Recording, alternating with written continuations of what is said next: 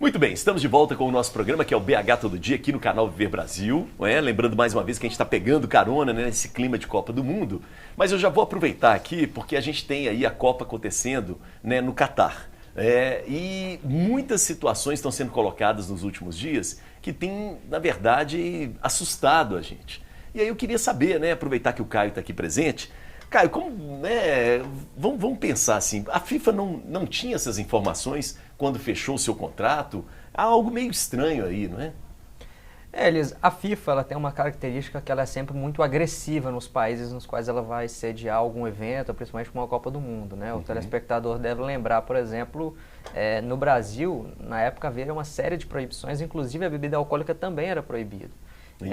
E não somente nesse quesito, mas a FIFA obriga o país receptivo do evento a passar por diversas legislações novas para poder adequar a ela. Ela se torna quase que um estado paralelo na organização desse evento. E, curiosamente, no Catar, a FIFA não tá sendo muito mais boazinha, né? Ela abriu mão de diversas questões e uma delas é a questão da bebida alcoólica. A Cláudia pode concordar que ela atrapalha a entrega de uma experiência melhor ao consumidor. Mas o que a gente estava falando, né, aqui dos bastidores, antes de vir ao ar, eu acho que esse não é nenhum dos principais problemas. Eu acho que a questão dos direitos humanos, da defesa da população LGBTQIA+, dos trabalhadores imigrantes, quantas mortes que tiveram, que a gente teve denúncia. Eu acho que se o Catar proibisse a bebida para a gente resolver tudo isso antes, eu consideraria válido. Eu acho que o principal cerne está na pauta da humanidade, que a gente deveria estar discutindo um pouco mais. Sim. O Duque, a charge ajuda nisso, né? Volta e meia. Sim. Esse é um assunto que você tocou aí nisso, nas suas charges agora na Copa do Mundo? Sim, até porque a charge, a matéria-prima dela é essa, né? A gente ri, mas o humor é um detalhe para que a gente sempre exerça a crítica, né? E a gente critica aquilo que precisa ser, que mereça a crítica, né? Então, essa questão no Catar, não só no Catar, mas hoje a gente teve uma coisa muito interessante, né? No jogo entre Irã e Inglaterra, né? Que eu acho que a melhor coisa da Copa até agora foi justamente o protesto, tanto da Inglaterra por não poder utilizar a faixa de capitão, né? Isso, com as cores, né, do arco-íris. Né? E a torcida, que uma cena é triste, mas é uma cena de beleza, que foi as torcedoras, né, que podendo entrar no estádio, assistir um jogo, chorando, por estar vivendo essa experiência de poder entrar no estádio, e os jogadores do Irã que também não cantaram o hino, né, em protesto que está muito próximo ali, né? Mas a mesma repressão social e os direitos humanos que são reprimidos lá no Irã também, né? Então, até agora, isso no momento, aflora, né? Não tem jeito. Até o momento, para mim, a principal cena da Copa até agora é essa. Legal demais. E essas coisas pro artista, né? Isso vai ficando ali no arquivo e uma hora você transforma isso na sua linguagem, né? Sim. Você dá o recado. Sim, porque assim, a gente vê essas experiências, né? Na verdade, esses movimentos, principalmente no Irã, que está acontecendo há um pouco, né, mais tempo das mulheres, né, tentando se livrar daquela opressão, que inclusive eu cheguei a fazer algumas charges sobre essa questão. Então, assim, você ter o ambiente do futebol, e é aquela história, né, gente, que algumas pessoas defendem que futebol e política não combinam. Não, cara. Não, eu também. Futebol é política, isso. Eles estão entrelaçados. O futebol está dentro da sociedade. Exatamente. O futebol é um acontecimento social que ele está diretamente ligado à vida do cidadão, e a vida do cidadão, a nossa vida, ela é política. Então, futebol e política deve se envolver, sim, sabe? Sou completamente contra alguns, principalmente aqui no Brasil, né? Pessoas que dizem que futebol e política não deve misturar, né? Essa coisa toda. Não, faz parte da sociedade. Faz né? parte, Legal.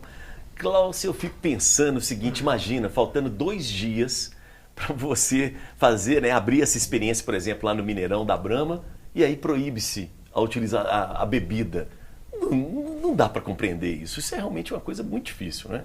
A gente, né, monta todo um evento pensando em todos os pontos de experiência do consumidor, desde a hora que ele entra dentro do evento até a hora que ele sai, né? Isso. Onde ele vai tirar uma foto, qual o melhor lugar para ele assistir o jogo, a temperatura da cerveja se está gelada, o preço se está adequado. E aí, quando, né, vem uma notícia de última hora, a gente precisa se adaptar, né? Então, falando um pouco mais desse acontecimento, a Bud lançou, né, que o time que ganhar a Copa do Mundo vai receber esse estoque de cerveja, mas também é importante falar que a gente tem a Budweiser Zero Álcool, que a gente lançou esse ano, justamente pensando, né, na Copa do Mundo. Então, a gente tem esse produto aí dentro do portfólio Ambev para atender tanto aqui a necessidade do consumidor que não quer beber álcool, mas quer beber uma cerveja, quanto no Catar também. Agora, eu fiquei pensando, a gente estava na produção, né? Já viu, né? Jornalista adora confusão. Imagina se o Catar ganha a Copa. Vai dar cerveja para quê? Para os camelos, né? Eu acho que... Mas não vai ganhar, não. Pode ficar tranquilo. De acordo com a performance de hoje, né? Não vai rolar mesmo. Inclusive, tecnicamente, a equipe mostrou na primeira rodada que é muito inferior, né? Mas uma coisa que eu acho muito legal, acho que até a Cláudia e o Duque podem comentar, não sei se eles concordam comigo, o principal objetivo do Catar, talvez, nesse evento é o que a gente chama de sports washing, né? Que você lavar a imagem ou coisas erradas que você faz através do esporte. Mas eu tenho a impressão que está indo por água abaixo, completamente. As informações que chegam para o mundo inteiro são péssimas, a comunicação para o mundo é péssima. Eu acho que essa questão da Inglaterra e do Irã hoje foi só o início. Isso. Tenho para mim que muitas coisas irão ocorrer durante a Copa. Então essa estratégia não funciona. Eu acho que ela foi muito por água abaixo. E eu penso... que a exceção de um país que seja muito fechado, como a Coreia do Norte, é muito difícil você passar um sports washing que não seja verdadeiro e que as pessoas não percebam, entende? É o que o Duque falou, o esporte está ligado à política, à sociedade. A responsabilidade social, não é? Principalmente. Isso. Se fala muito em ESG, né? Se fala muito em ESG e até uma questão polêmica, né? As patrocinadoras do evento, até que ponto elas estão também patrocinando um pouco essas atrocidades.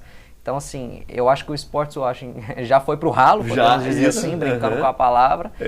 E mas eu acho importante também isso acontecer, né, Caio? É importante, é fundamental. Claro. E a dificuldade, talvez, das marcas se comunicarem com isso. A gente acompanha os diretores de marketing, o CMU falando em inovação, falando em inclusão. E, na prática, com esse patrocínio, eu não sei como é que eles vão fazer para explicar isso para as pessoas. Seria possível a FIFA, por exemplo, só fazer eventos a partir de certos critérios, como, por exemplo, direitos humanos? Isso foi uma coisa que aconteceu recente. A FIFA, com muito atraso, anunciou que para a próxima Copa vai ser um dos requisitos. Olha, eu não sabia. A questão dos direitos humanos. Eu não sei como é que isso é tratado a nível internacional na ONU, em direito, eu não sei se existe uma escala, uma classificação dos países, mas eu acho que se tiver um critério mais objetivo com relação a isso para a escolha dos próximos locais, seria interessante. Hoje a gente teve a polêmica da questão da abraçadeira da Inglaterra, que queria entrar com a abraçadeira do arco-íris, né, que é o símbolo da população LGBTQIA+.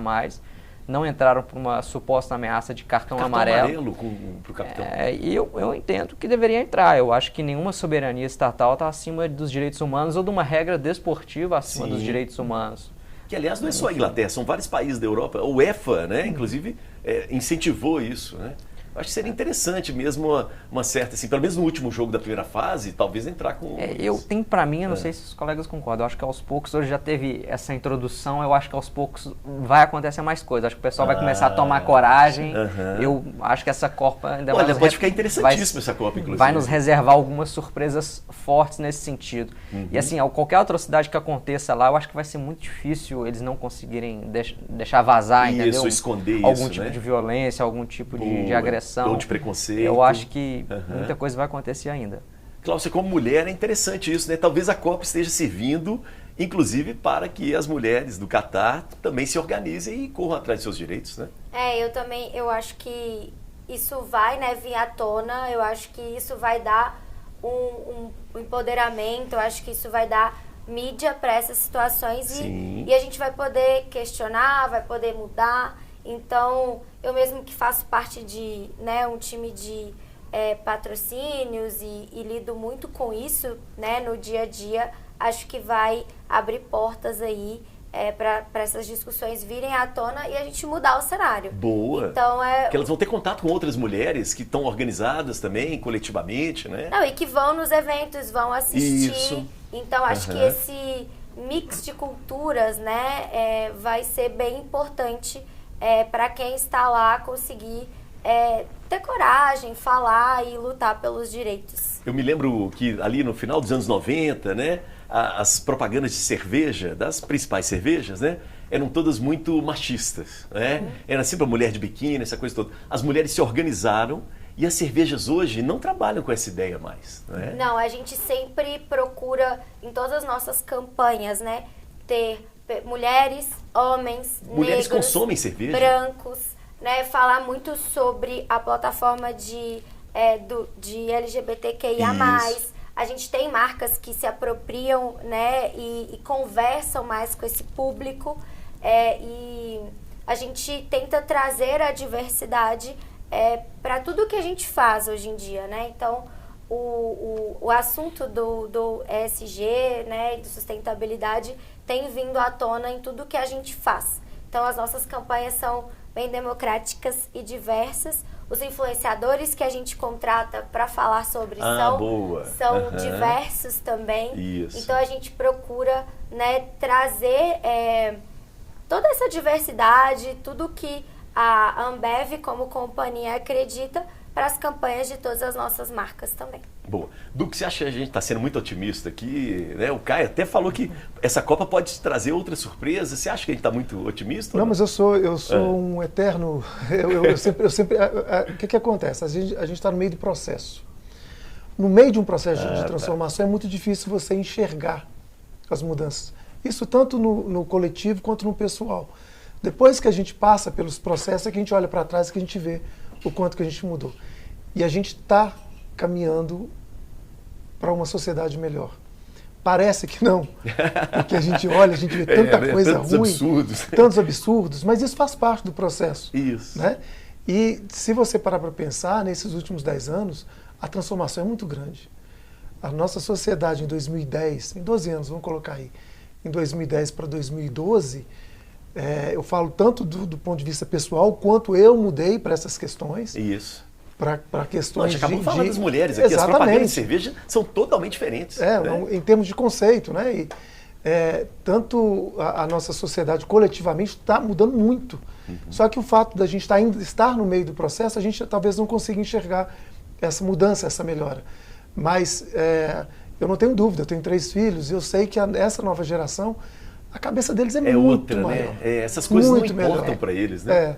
A quantidade de coisas no dia a dia que eu repito às vezes nas falas, coisas que a gente aprendeu e hoje eu percebo que reforçam estereótipos machistas, racistas, homofóbicos, e que a gente fica se policiando. Recentemente, a minha filha, um tempo atrás, Maria Eduardo, me chamou uma atenção e eu tive ao mesmo tempo um orgulho, uma alegria e uma tristeza. Vergonha tristeza também. por mim, vergonha, mas isso. uma alegria muito grande, que estavam tendo um jogo de futebol. E aí eu fui criticar o jogador. Assim, poxa, o cara ele entrou para uma dividida e perdeu a bola. Sim, entrou com o pé de moça na bola. Isso. Cara, minha filha me olhou assim e perguntou, por que entrou com o pé de moça? O que você quer dizer com isso? Cara, muito legal. Na hora, quantos uma anos vergonha. Ela tem? Na época, eu acho que ela tinha 12 anos. Olha só, cara, com 12 anos. 11, mais ou menos assim. Na mesma hora, você repete uma coisa que você está acostumado a falar e que você não tinha, na verdade, não tinha percepção. E aí não tem resposta. O que você quer dizer com isso? Cara, ao mesmo tempo que me deu uma tristeza grande por mim, mas eu dei um abraço, um beijo nela e disse, obrigado. Não tem resposta? Né? Eu acho que assim, é uma reeducação, principalmente uma geração, talvez a Y ali, Baby Boomers, vai precisar passar. Eu acho que a geração Z e essa Alpha de 2010 para cá vai estar um pouco mais habituada com isso. Mas o futebol está nesse... eu vai acho ter que entrar nessa. E eu acho que assim, nesse caso, a pessoa tem que ter disponibilidade ao erro e reconhecer o erro. Olha, errei. Melhor do que tentar justificar porque ficar usou brigando, falando que é aquele mimimi, termo. né? Desculpa né, o primeiro a pedir desculpa é sempre o mais corajoso, né? E o lugar de fala é dela, né? Ela é a mulher, então essa ideia... Agora, o futebol, ele precisa também dar uma renovada, inclusive em termos administrativos também. Essa é uma batalha sua, não é, Caio? Sua e de outras pessoas da sua geração. Em totais termos, né? o futebol ele tem uma capacidade de passar a mensagem para as pessoas incrível, assim, de conexão. Tem uma frase do Guardiola, que é um treinador mundial, que eu acho que é muito legal. É um dos poucos esportes, comparado aos outros, inclusive, um dos poucos momentos que uma pessoa, às vezes, que ela pode estar com tanto problema em casa, mas por alguns segundos, na comemoração de gol, ela esquece tudo. Ela pode ter um problema familiar, com doença na família, ela esquece. Então, assim, um esporte que faz isso com a pessoa muito mágico, uma coisa especial. Né? E o futebol, ele tem uma similaridade, uma peculiaridade diferente dos outros esportes, que é a imprevisibilidade dele, né? Existem números científicos comprovados que o futebol é o esporte coletivo que mais chance tem o pior ganhar do melhor. É o esporte mais imprevisível. Por várias características técnicas que eu não preciso tanto explicar aqui. Então isso torna ele ainda mais mágico. O futebol é mágico, e acho inclusivo, que essa é a palavra. Né? Porque aí o fraco, que está menos preparado, pode ganhar um jogo. O futebol ele não tem uma biotipia física ideal para você jogar. Então, assim, ele é muito democrático. É diferente de um vôlei, de um basquete, que se você não tiver uma certa altura, você não joga. E a questão da pontuação também, é difícil dar uma zebra, você né? tem uma ideia, um esporte coletivo como beisebol, basquete e futebol americano, os favoritos ganham 2/3 dos jogos. No futebol, esse índice cai para um pouquinho mais de 50%. Interessantíssimo, hein? E a questão de empresa, dos clubes se transformarem em empresa? O torcedor às vezes resiste, alguns jornalistas também. O que você acha disso, cara? Isso é fundamental, né? E as empresas elas vão estar mais conectadas, inclusive, com essas pautas de responsabilidade social. Quando uma empresa, acho que até a Cláudia pode opinar em cima disso também, elas têm dados, né, do perfil de consumo das pessoas. Quer dizer, então quando você fala de marketing verde, de sustentabilidade, é porque você sabe que tem uma geração já que está optando por comprar naquela empresa porque ela tem a sustentabilidade, enfim, práticas nesse sentido. E eu acho que os clubes, para eles angariarem novos torcedores, novos consumidores, e já existem pesquisas também nesse sentido, de que a nova geração está muito envolvida também com os valores daquele clube. A nova geração ela também ela tende a não torcer para um clube só. Tem um estudo nesse sentido. Isso. Ela quer muito mais se apegar ali ao momento, ao ídolo que está ali. Então, se o clube não começar a comunicar também com essas pautas, e eles têm começado a comunicar, eu acho que esse ano, no dia da LGBTQIA+, foi o primeiro ano que todos os clubes se manifestaram. Camisa rosa, Atlético e Cruzeiro. A camisa rosa, no caso, foi o Outubro Rosa, enfim, mas que é importante. Mas eu não sei qual que é o dia internacional da LGBTQIA+, mas foi o primeiro ano que todos os clubes no Brasil fizeram algum post com relação a isso. Então, a empresa ajuda a colocar esse viés da ESG que uma associação convencional não teria, talvez. Diga, Duque, você estava querendo... Não, até essa questão, um exemplo, né, de quanto isso mudou, né? Quando o Atlético, em 2005, 2006, lançou a camisa rosa, isso foi um motivo de chacota, de piada e tudo. 2009, mais atrás exatamente. Mas assim, está dentro desses 10, 12 anos. Isso. Assim. Então, o quanto que... Eu dei de presente para alguns amigos, eles não aceitaram. Pois é, quanto que aquilo foi motivo de piada, de chacota. E hoje você vê todas as torcidas utilizando. Essa camisa ficou caríssima. Se você comprar na internet ela, você não encontra para comprar. Essa camisa virou rara, eu tenho ela. Mas eu lamento muito que eu dei de presente e me devolveram. Por puro preconceito, gente. Então, assim, o quanto que a gente... Eu tenho uma frase de nem é nenhum filósofo que me disse isso. Foi o meu instrutor de autoescola. Que ótimo. Ele virou e falou assim um dia comigo. Eu falei assim, olha... A gente aprende nos intervalos, não é durante o processo. Então, você está aqui dirigindo, você está passando a marcha, não está... Esquece, você não vai aprender isso agora, você vai aprender de hoje para amanhã. Quando você pegar essa experiência que está assimilando aqui, deitar para descansar e dormir, no dia seguinte você já vai dirigir melhor. Adorei esse instrutor. Muito bom, cara. Isso há 30 anos que eu tenho carteira. Você lembra o nome dele? Não cara, vai lembrar, era o Marra. Sócrates, era o né? Marra, o sobrenome dele. Pode ser. Pode ser, né? Mas isso a gente leva para a vida, porque realmente, só que como a gente está no meio desse processo, é um turbilhão de informação que a gente vem recebendo. É muito grande, né? A gente hoje recebe, talvez, em uma hora, mais informações do que um mês que a gente recebia, talvez, há 20 anos atrás. E quando a gente dá uma parada para respirar, é que a gente vai perceber o quanto a nossa sociedade está mudando para melhor. Né? Então, eu sei que a gente tem aí, obviamente, né, aqueles que não querem que mude e gritam mesmo. Gritam, são muito espalhafatosos, mas não são maioria. Exatamente, não são maioria. Boa, muito bom. Vamos fazer o seguinte, nós vamos para o intervalo também, e daqui a pouco, o último bloco, é o momento que a gente vai conhecer um pouco mais, né, das experiências que estão sendo propostas aqui. né? Nós temos aí uma experiência com a Brahma, mas tem uma experiência com a Bud também, e daqui a pouco a gente vai conhecer. Tem também a experiência de um novo programa que vai estrear aqui no canal Viver Brasil, que é o CVB na Copa, e essa experiência maravilhosa de você conferir uma exposição, né, de charges que fazem parte, né, do nosso cotidiano. Então tudo isso é a nossa experiência do terceiro e último bloco aqui do BH Todo Dia, tá bom? Intervalo e a gente volta em instantes. Valeu!